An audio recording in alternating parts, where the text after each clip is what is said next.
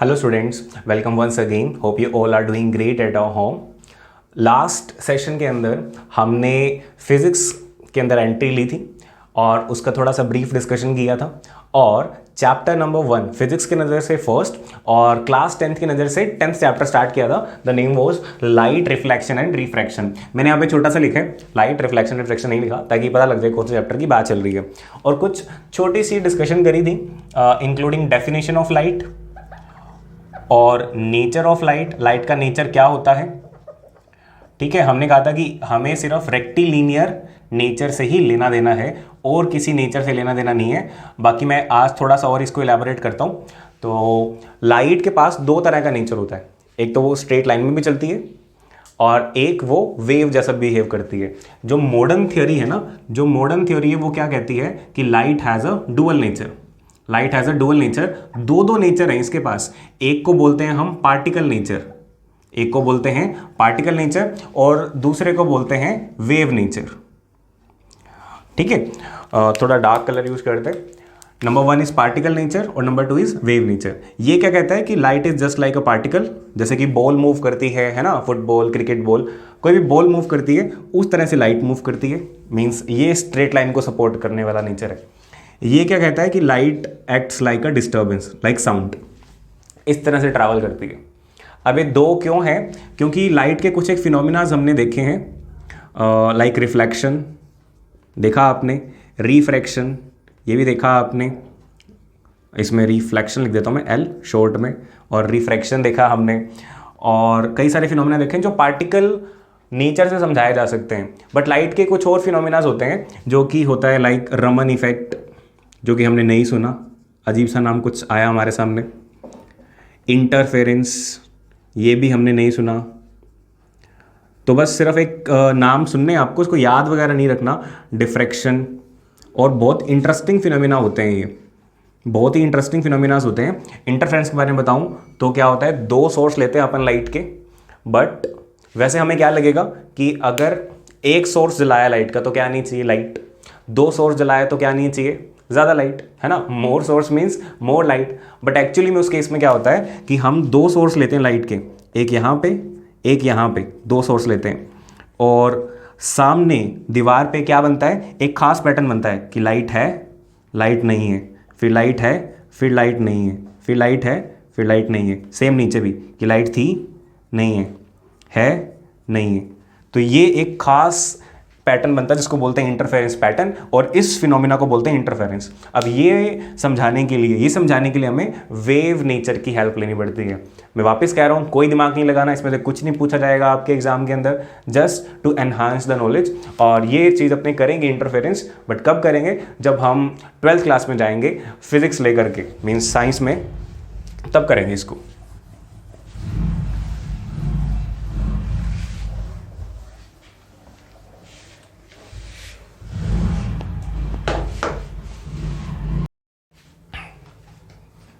Moving ahead, nature के अंदर mention कर देते हैं कि एक्चुअली में दो नेचर हैं. One is particle nature and one is wave nature. ये आपको पता होना चाहिए.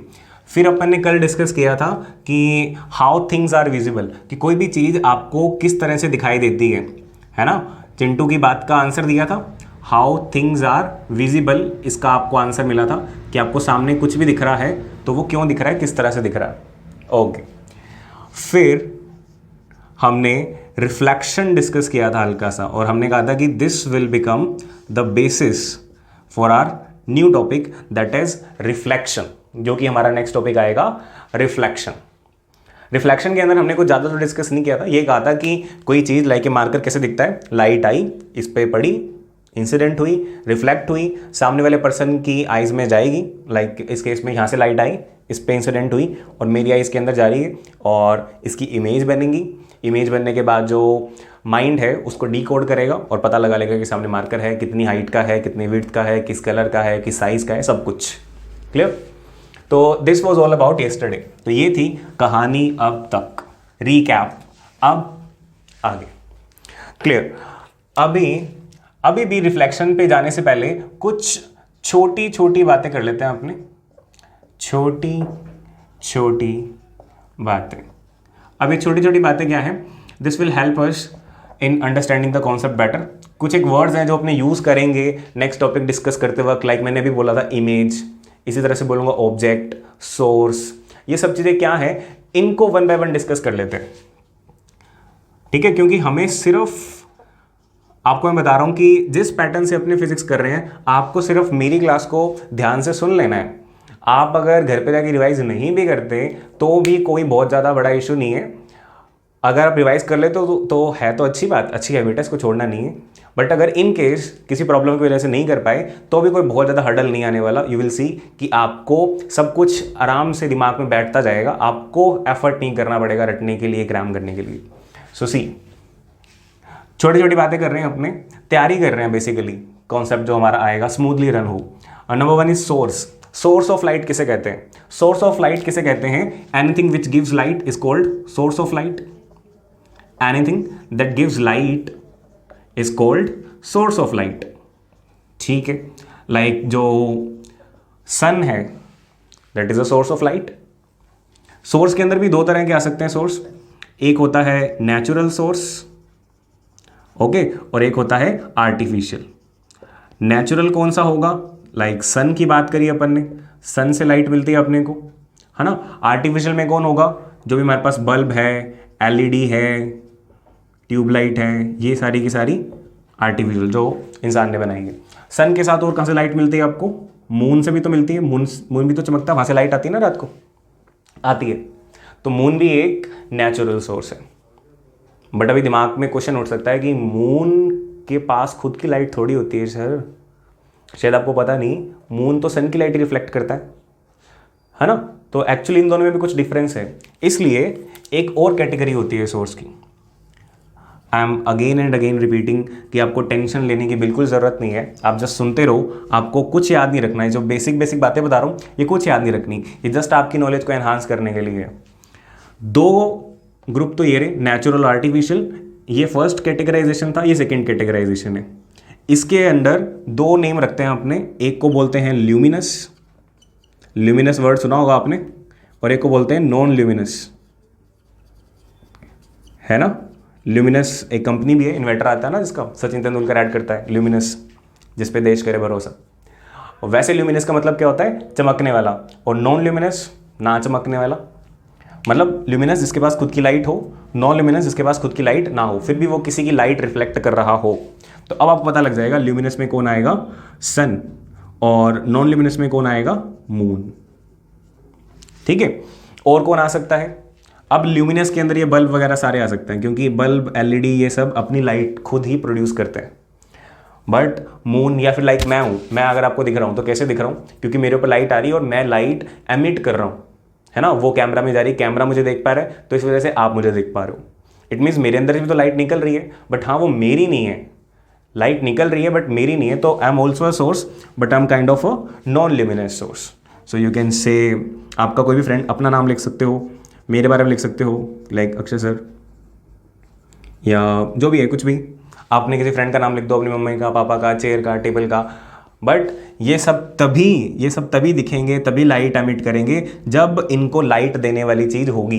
लाइक मैं अगर दिख रहा हूँ अभी तो इसीलिए दिख रहा हूँ क्योंकि लाइट ऑन है, अगर मैंने लाइट ऑफ कर दी तो मैं नहीं दिखाई दूंगा, ठीक है। तो इसमें कोई बहुत बड़ी डिफिकल्ट बात अपन नहीं कर रहे, इसीलिए मैंने कहा बहुत सिंपल है, टेंशन नहीं लेनी, सुनते जाना आपको।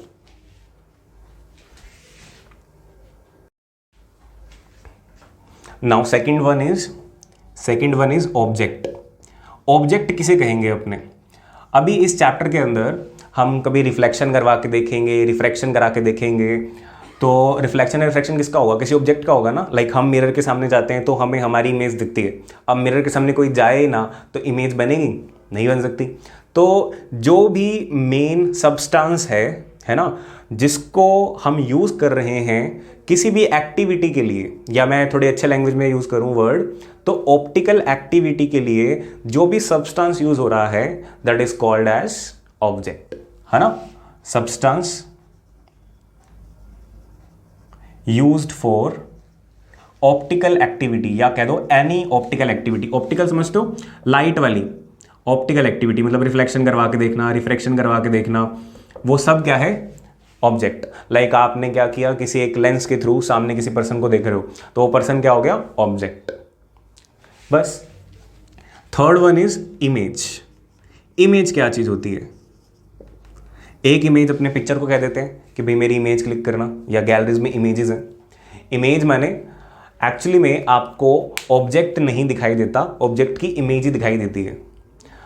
ठीक है, हम लोग ये गलत बोलते हैं कि मुझे मेरा फ्रेंड दिखाई दे रहा है, या मुझे कंप्यूटर दिखाई दे रहा है, या मुझे मार्कर दिखाई दे रहा है। नहीं, आपको मार्कर की इमेज दिखाई दे रही है, क्योंकि मार्कर तो एक ऑब्जेक्ट है। अब इसमें से थोड़ी वियर्ड सी बात है, पहली बार अपन ऐसी कोई बात करिए तो दोबारा सुनो इसको कि लाइक इस पर लाइट आई, लाइट इससे रिफ्लेक्ट होकर के आइज में गई, आइज में जाने के बाद क्या होगा, आई लेंस से इसकी इमेज बनेगी हमारे आई बॉल के अंदर। ज़्यादा डिटेल करेंगे इसकी 11 चैप्टर में, जो कि पूरा ह्यूमन आई पे है ना। तो इमेज बनती है, वो इमेज से हमें ऑब्जेक्ट का पता लगता है। तो हम देख क्या पाते हैं? Image, not the object. Clear? तो पहली बार अपन ने शायद ऐसी बात करी होगी, तो किसी ऐसे पर्सन के सामने मत करना ये बात कि जिसका साइंस से कोई लेना देना ना हो। लाइक किसी आप राह चलते हो कह दो कि भाई मेरे को तो तू देख नहीं रहा, तेरी तो इमेज दिख रही है सिर्फ, तो वो खुद को तो समझदार ही समझेगा, आपको पागल समझेगा। तो what is image? Image is the response of object. Image is the, आप कह सकते हो, output of any optical activity. किसी भी ऑप्टिकल एक्टिविटी में से क्या निकल कर आता है बाहर, उसको आप कहते हो कि वो उसकी इमेज है। क्लियर? आगे अपने देखेंगे, ये बोर्ड के लिए अच्छा क्वेश्चन है। इमेज दो तरह की होती है, one is real image and one is virtual image. ये बोर्ड का काफी इंपॉर्टेंट क्वेश्चन है 2 मार्क के लिए। ठीक है, तो इसके बारे में अपने डिस्कशन अभी थोड़ा सा कर लेते हैं, बाकी अपने बाद में करेंगे, जैसे अपने रिफ्लेक्शन को कंप्लीट कर लेंगे उसके बाद में। रियल इमेज नाम से ही क्लियर है, ये जो सही में इमेज बनती है उसे रियल इमेज कहते हैं। वर्चुअल, वर्चुअल मैंने होता है नकली, लाइक वर्चुअल आपने वर्ड सुना ना, वर्चुअल रियलिटी, जो सही में नहीं है बट फिर भी दिखे। वर्चुअल मतलब झूठ मूठ की इमेज है, नहीं बट दिखती है। क्लियर? तो बाकी इसके बारे में डिटेल अपने करेंगे as the chapter goes on after completing the reflection. Okay, तो हमने सोर्स किया, हमने ऑब्जेक्ट किया, हमने इमेज किया। आई गेस यहाँ तक आपको कोई डाउट नहीं होगा। बिल्कुल सिंपल, कोई टेंशन नहीं लेनी, बिल्कुल याद करने की जरूरत नहीं है इसको।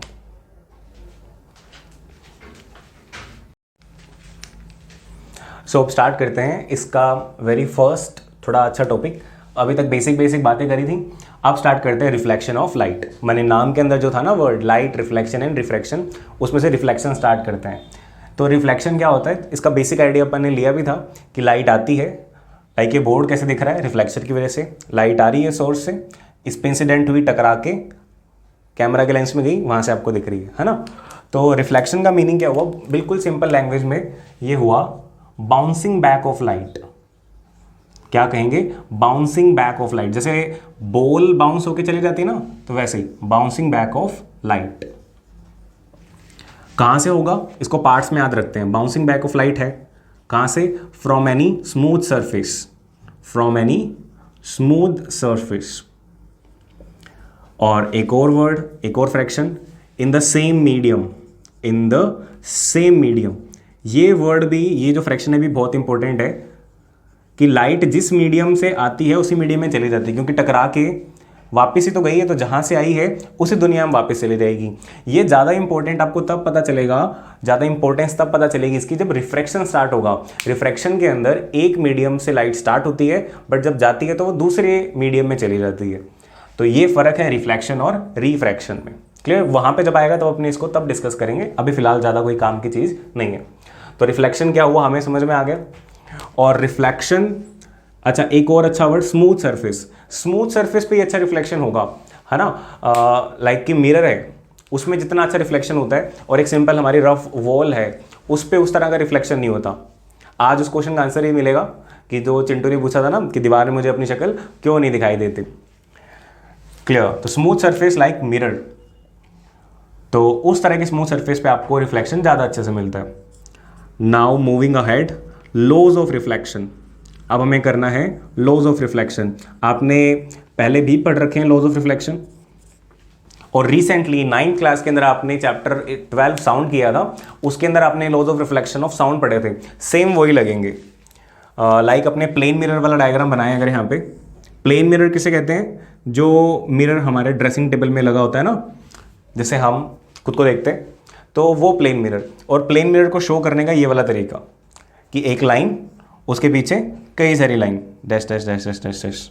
इसका क्या मतलब है, कभी अपने मिरर को निकाल के देखा हो बाहर, या कभी निकल गया हो तो देखा हो, तो एक्चुअली मिरर होता क्या है, एक ट्रांसपेरेंट ग्लास की पतली सी स्लैब होती है, उसके एक तरफ सिल्वर पॉलिश कर रखी होती है और उसके ऊपर एक पेंट की कोटिंग कर रखी होती है, कई बार grey, green, blue, what silver और फिर पेंट, ताकि सिल्वर उतर ना जाए। क्लियर? तो सिल्वर पॉलिश फिर पेंट की कोटिंग। तो ये दिखाने के लिए है कि कोटिंग वाला काम इस तरफ है, और आपने अगर तैयार होना है, शक्ल शक्ल देखनी है, तो वो इस तरफ खड़े होकर देखनी है। इस तरफ खड़े होकर देखोगे तो कोई फायदा नहीं है। क्लियर? तो लॉ ऑफ रिफ्लेक्शन का मीन्स क्या है कि अगर इधर से कोई लाइट रे आई, अगर इधर से कोई लाइट रे आई, इसे क्या बोलेंगे, इंसिडेंट रे, आने वाली रे। ठीक है, इसे बोलेंगे, जिस पॉइंट पे आई इसे बोलेंगे point of incidence, point of incidence. Clear? अब इस पॉइंट पे, इस पॉइंट से पास होने वाली एक लाइन बनाएं इस मिरर के परपेंडिकुलर। मिरर के परपेंडिकुलर मतलब इस तरह से, ये भी मिरर के परपेंडिकुलर है, बट ये डिजायर्ड लाइन नहीं है। हमने कहा परपेंडिकुलर भी होनी चाहिए और इस पॉइंट से भी जानी चाहिए। इट मीन्स इससे बनाते हैं तो ये हुई कुछ इस तरह की, ये वाली जो लाइन है, ठीक है, जो परपेंडिकुलर है और मिरर के पॉइंट ऑफ इंसिडेंस से भी जा रही है, इसे बोलते हैं नॉर्मल। क्या बोलते हैं? Normal, NORMAL, normal. Incident light इस नॉर्मल वाली लाइन के साथ जितना एंगल बनाती है, इसे बोलते हैं एंगल आई। ये सारी बातें अपन ने कर रखी है ना 9th में। और जितने एंगल से ये आई है नॉर्मल के साथ, लाइक अगर 30 डिग्री पे आई है तो इससे 30 डिग्री दूर ही ये टकरा करके चली जाएगी, है ना। और इस एंगल को बोलते हैं R, angle of reflection. What is R? Angle of reflection. अगर आई 30 डिग्री है तो ये भी 30 डिग्री होगा, ये 40 डिग्री है तो ये भी 40 डिग्री होगा, ये 60 डिग्री है तो ये भी 60 डिग्री होगा। तो फर्स्ट लॉ तो क्या मिला आपको कि angle I is equal to angle R. Angle of incidence is always equal to angle of reflection. 30 30 40 40 50 50 60 60 जितना है उतना ही होगा। और जो दूसरा होता है, सेकंड जो स्टेटमेंट आती है इसके अंदर, वो जस्ट एक स्टेटमेंट है, उसका कोई बहुत ज़्यादा यूज़ नहीं है हमारे पास अभी इस क्लास में। उसमें हम क्या कहते हैं? हम कहते हैं कि इंसिडेंट रे, शॉर्ट में लिख रहा हूं मैं, रिफ्लेक्टेड रे एंड नॉर्मल, 3 लाइनें हैं ना ये, and normal 1 2 3, all lie in same plane, all lie in the same plane. Clear? अब इसको आप सिर्फ डायरेक्टली दिमाग में रख सकते हो कि ये ऐसे एक लाइन बोल के आनी है, इसका तो यूज़ कर सकते हैं, फिर भी इसका कोई खास यूज़ नहीं है। बट फिर भी अगर आपको समझना हो तो देखो, ये ब्लैक वाला अपना क्या है? Incident ray. रेड वाला हमारे लिए क्या था? नॉर्मल। और ब्लू वाला, दिस इज कुछ इस तरह से बनाया अगर अपने, तो ये इस डायग्राम को रिप्लेस कर सकता है। ओके, अब इन तीनों का एक प्लेन में होने का मतलब क्या है कि ये तीनों इस तरह से हैं, जैसे दिख रहा है ना आपको।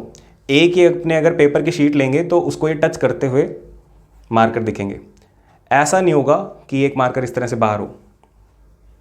देखो, अगर ये सिचुएशन होगी तो आप अगर इन दोनों को कवर करोगे एक पेपर की शीट से, तो ब्लू वाला मार्कर आप टच नहीं कर पाओगे। ब्लू और रेड को टच करोगे तो ब्लैक वाला टच नहीं कर पाओगे। इफ़ यू कैन सी, अगर इन दोनों को टच करवाओगे किसी शीट से तो ये टच नहीं हो पाएगा। तो बेसिकली ये मीनिंग होता है इसका। तो बाकी इसको ज़्यादा समझने की जरूरत नहीं है, आप डायरेक्टली लिख के भी आ सकते हो। तो these are the laws of reflection. Clear?